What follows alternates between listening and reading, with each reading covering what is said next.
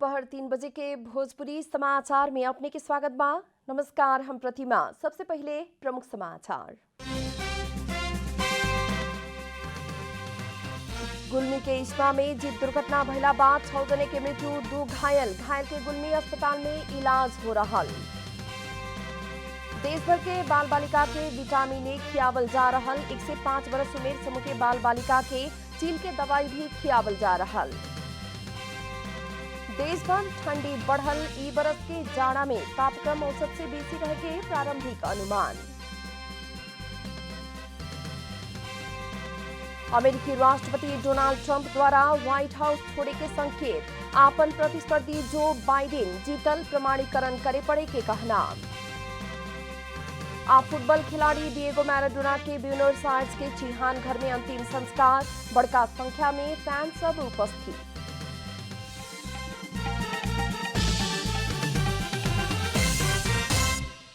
अब पूरा समाचार। गुल्मी के इस्मा में जीप दुर्घटना भइला बाद 6 जने के मृत्यु भइल बा त 2 जने घायल भइल बाटे लोग। आज सवेरे इस्मा से सदरमुकाम तमघास तरफ आ रहल लू एक 1166 नंबर के जीप सड़क से करीब 400 मीटर नीचे गिरल रहे। मृत्यु होखे वाला में इस्मा 4 के 65 बरिस के डंबर बहादुर धिताल, 33 बरस के चिव दरलामी, 30 बरस के बसंत दरलामी, 33 बरिस के धन बहादुर अक्षामी, 19 बरिस के परशुराम थापा आ 80 बरिस के सुंदरी थापा रहल जिला प्रहरी कार्यालय गुल्मी जानकारी करौले बा। दुर्घटना में इस्मा गांवपालिका के ही 28 बरिस के सरस्वती दरलामी आ सहचालक 25 बरिस के कमल हितान घायल भइल बड़न।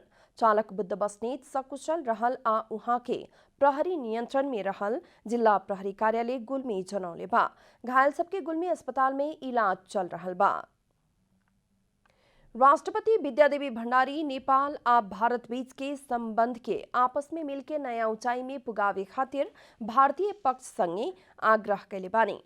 काल्हू संझिया शीतल निवास में भारतीय परराष्ट्र सचिव हर्षवर्धन श्रृंगला के भेंट करत राष्ट्रपति भंडारी नेपाल आ भारत बीच के संबंध के आपस में मिलके नया ऊंचाई में पुगावेला भारतीय पक्ष के साथ आग्रह कैले बानी। द्विपक्षीय आपसी हित परस्पर संबंध के थप गतिशील आ ऊंचाई में ले जाए खातिर राष्ट्रपति भंडारी भारतीय पक्ष के आग्रह कैनी है।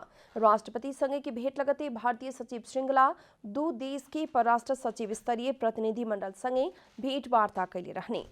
वही लेखा प्रधानमंत्री केपी शर्मा ओली आ परराष्ट्र मंत्री प्रदीप ग्यावाली के साथ भी भेंट वार्ता कैले रहनी है।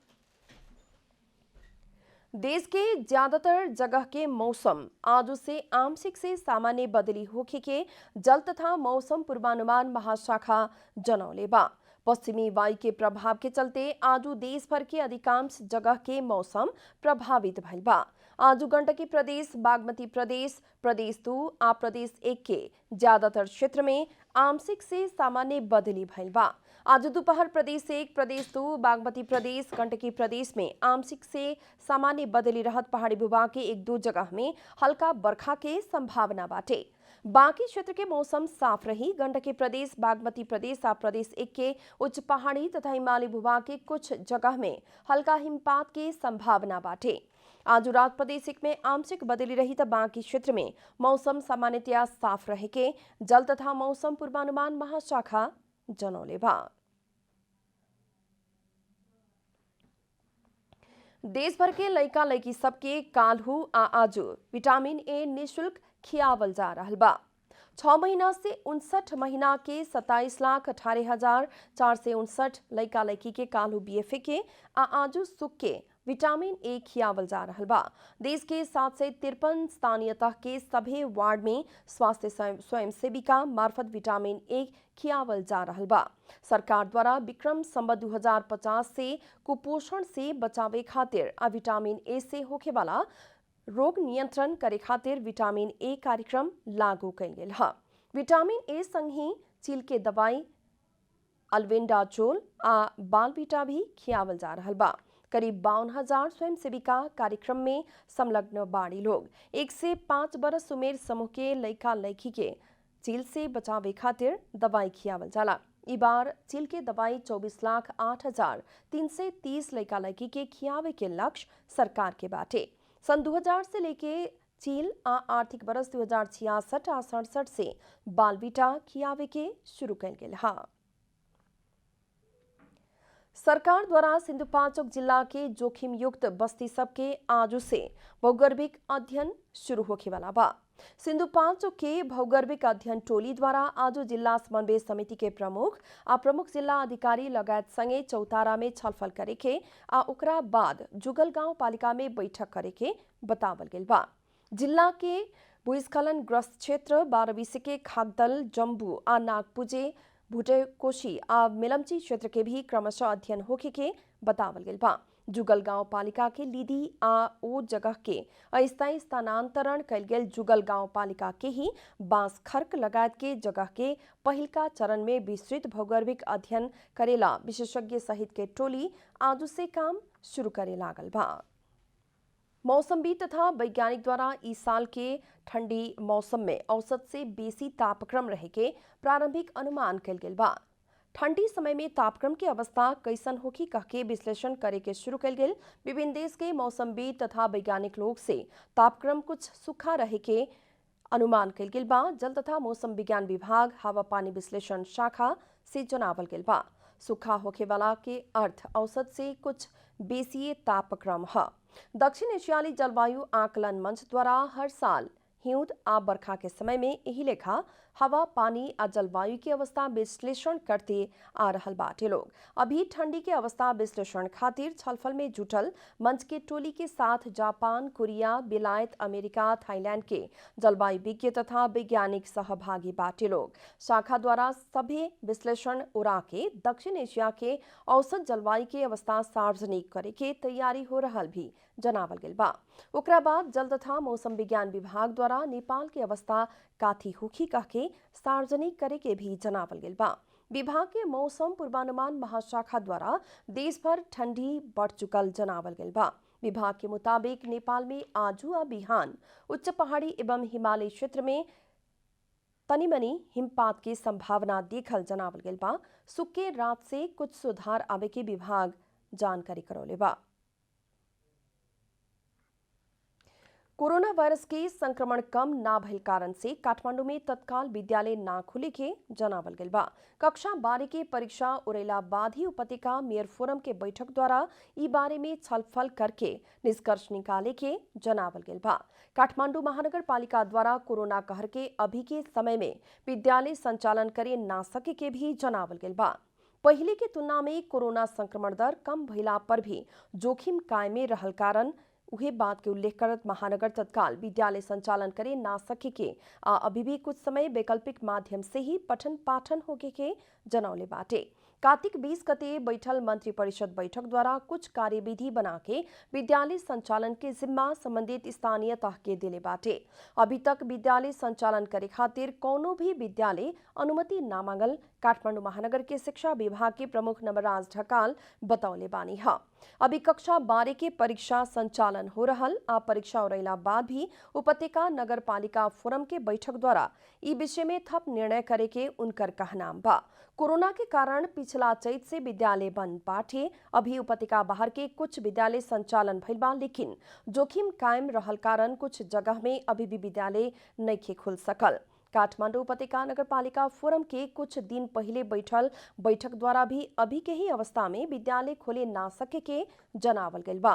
उपत्यका में संक्रमण कम भइला बाद स्वास्थ्य विज्ञ के सलाह में कार्य ढांचा तैयार करके संचालन करे के महानगर जनौले बा। अभी काठमांडू महानगर में 91 सामुदायिक विद्यालय में 42,000 विद्यार्थी अध्ययनरत बाड़न सन। वही लेखा 541 संस्थागत विद्यालय में 2,20,000 बेसी विद्यार्थी अध्ययनरत बाटे लोग। नेपाली सेना द्वारा क्विक इम्पैक्ट प्रोजेक्ट अंतर्गत निर्माण कल गेल शुद्ध खाने पानी तथा बर्थिंग सेंटर हस्तांतरण कल गेल बा।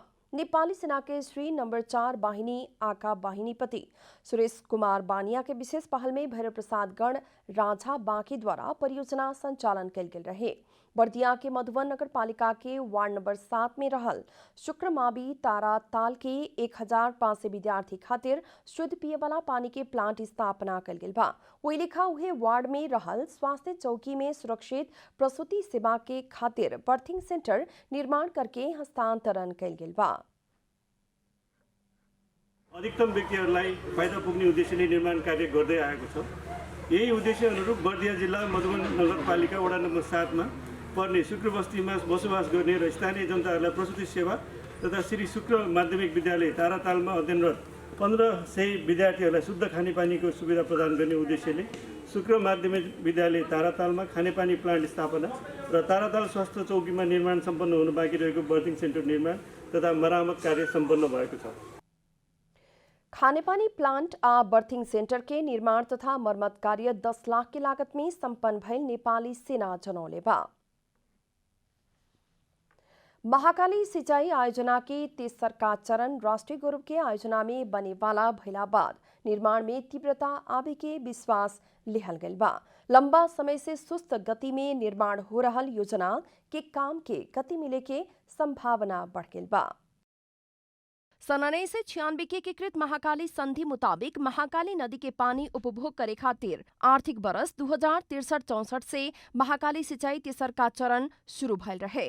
कंचनपुर के ब्रह्मदेव से कैलाली तक 152 किलोमीटर मूल नहर बनावे पड़े के आज शुरू के 1200 मीटर मूल नहर भारत सरकार द्वारा निर्माण करे पड़े किस्म से काम आगे बढ़ल रहे। आयोजना शुरू भइल लंबा समय तक भी भारतीय पक्ष से नहर निर्माण में रुचि न दिहला बाद नेपाल तरफ के काम भी सुस्त गति में आगे बढ़त रहे। लेकिन पिछला समय भारतीय पक्ष द्वारा शुरू के 1200 मीटर नहर निर्माण के काम तीव्र गति में आगे बढ़ावल गइल बा। आयोजना भी राष्ट्रीय गौरव के आयोजना में परिणत भइल बा। आयोजना के राष्ट्रीय योजना आयोग के पदाधिकारी एवं सिंचाई मंत्रालय के उच्च पदस्थ कर्मचारी के टोली द्वारा अनुगमन भी कइल गेल बा। हामी तपाईहरुको सँगै प्रधानमन्त्री कार्यालय, राष्ट्रिय योजना आयोग, अर्थ मन्त्रालय, त्यो पछाडि मन्त्रालयको सचिवज्यू, महानिर्देशकज्यू सम्पूर्ण टिम सहित किन आयौं भन्ने कुराले यसको सान्दर्भिकता पुष्टि हुन्छ।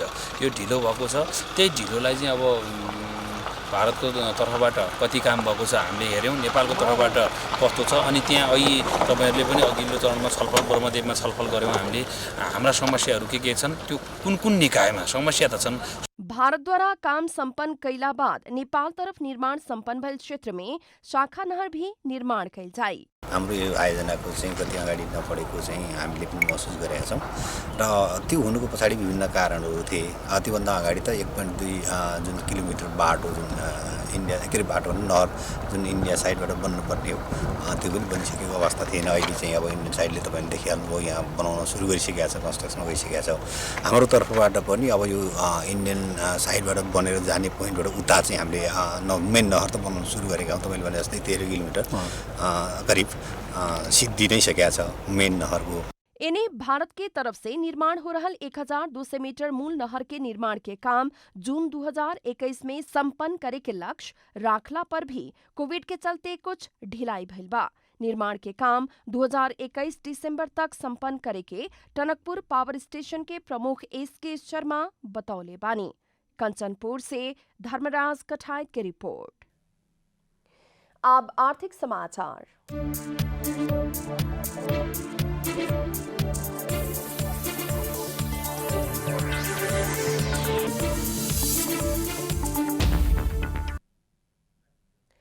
चालू आर्थिक वर्ष के आसिन तक कुल 207 बैंक तथा वित्तीय संस्था सब मर्जर प्राप्ति प्रक्रिया में शामिल भइल बाटे। उमध्ये 157 संस्था सब के इजाजत खारिज होके 50 संस्था कायम भइल बा। वित्तीय स्थायित्व सुदृढ़ीकरण करे के उद्देश्य के साथ नेपाल राष्ट्र बैंक द्वारा बैंक तथा वित्तीय संस्था प्राप्ति संबंधी प्रक्रिया शुरू करौला बाद आसिन तक कुल 207 बैंक तथा वित्तीय संस्था सब मर्जर प्राप्ति प्रक्रिया में शामिल भइल बा। अब इजाजत प्राप्त बैंक तथा वित्तीय संस्था सबके संख्या आसिन अंतिम तक 146 कायम भइल बा। राष्ट्र बैंक के मुताबिक 27 वाणिज्य बैंक, 19 विकास बैंक, 21 वित्त कंपनी, 78 लघु वित्त वित्तीय संस्था आ 1 पूर्वाधार विकास बैंक संचालन में बाटे। बैंक तथा वित्तीय संस्था सबके शाखा संस्था सार अंतिम तक 9,765 रहल में आसिन अंतिम तक 9,903 पुगल राष्ट्र बैंक जनौले बा। केंद्रीय बैंक के मुताबिक वाणिज्य बैंक के 4,514, विकास बैंक के 1,023, वित्त कंपनी के 249, लघु वित्त वित्तीय संस्था के 4,117 शाखा विस्तार भइल बाटे।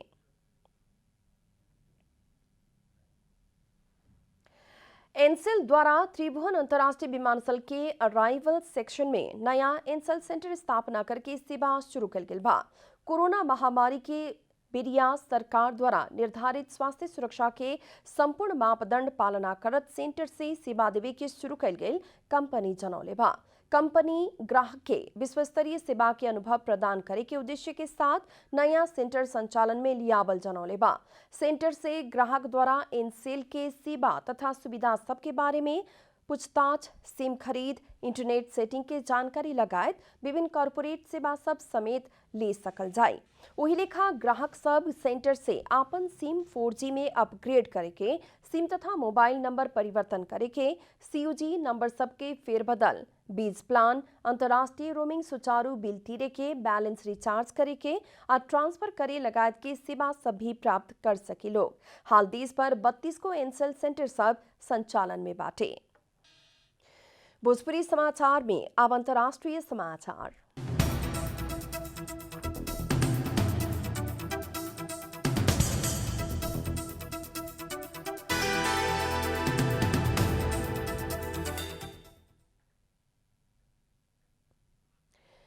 अमेरिकी राष्ट्रपति डोनाल्ड ट्रंप इलेक्टोरल कॉलेज से आपन प्रतिस्पर्धी जो बाइडेन से जीतल प्रमाणीकरण कैला पर अपना से व्हाइट हाउस छोड़े के संकेत दिले बानी, लेकिन ट्रंप आपन हार अभी भी स्वीकार नहीं कैले बानी। इससे पहले ट्रंप सत्ता हस्तांतरण के प्रक्रिया शुरू करे में सहमति जनौले रहने। राष्ट्रपति ट्रंप के पिछला अभिव्यक्ति से ट्रंप हार स्वीकार के नजदीक पुगल जैसन देखल गई अंतर्राष्ट्रीय संचार माध्यम उल्लेख कैले बा। इलेक्टोरल कॉलेज के बैठक आवे वाला दिसंबर महीना के 14 तारीख में होके जा रहल बा। आप खेलकूद समाचार।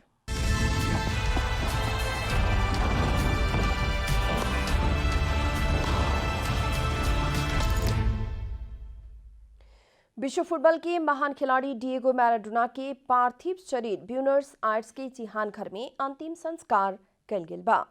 60 वर्ष के मैराडोना के पिछला बुध के हृदयाघात के कारण निधन भइल हा। अर्जेंटीना में 3 दिन राष्ट्रीय शोक के घोषणा कल गेल बा। अंतिम संस्कार समारोह में परिवार के सदस्य, परिवारजन आ नजदीक के साथी संघाती करके करीब 2 दर्जन लोग सहभागी भइल अंतर्राष्ट्रीय संचार माध्यम जनौले बा। स्वर्गीय मैराडोना के कफिन ले जात समय बड़का संख्या में उपस्थित फैन सब के आंख में आंसू रहे। उ लोग मैराडोना के कफिन तरफ चुंबन कैले रहे लोग। मैराडोना के अंतिम विदाई करे खातिर रास्ता में जम्मा भइल सर्वसाधारण के भीड़ बहुत ही ज्यादा भइला से प्रहरी अश्रु गैस आ रबर बुलेट भी प्रहार कैले रहे। अंत में प्रमुख समाचार फिर एक बेर। गुल्मी के इस्मा में जीप दुर्घटना भइला बाद 6 जने के मृत्यु, 2 घायल के गुल्मी अस्पताल में इलाज चल रहा। देश भर के लड़का लड़की के विटामिन ए खियावल जा रहा। 1 से 5 बरस उमेर समूह के लड़का लड़की के चील के दवाई भी खियावल जा रहा। देश भर ठंडी बढ़ल, इस साल के जाड़ा में तापक्रम औसत से बेसी रहे के प्रारंभिक अनुमान। अमेरिकी राष्ट्रपति डोनाल्ड ट्रंप द्वारा व्हाइट हाउस छोड़े के संकेत, आपन प्रतिस्पर्धी जो बाइडेन जीतल प्रमाणीकरण करे पड़े के कहना। फुटबॉल खिलाड़ी डिएगो मैराडोना के ब्यूनर्स आयर्स के चिहान घर में अंतिम संस्कार, बड़का संख्या में फैन सब उपस्थित।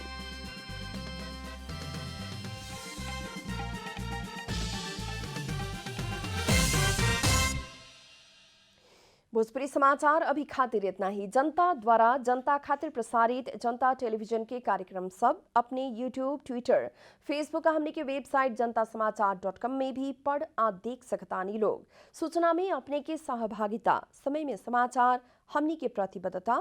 नमस्कार।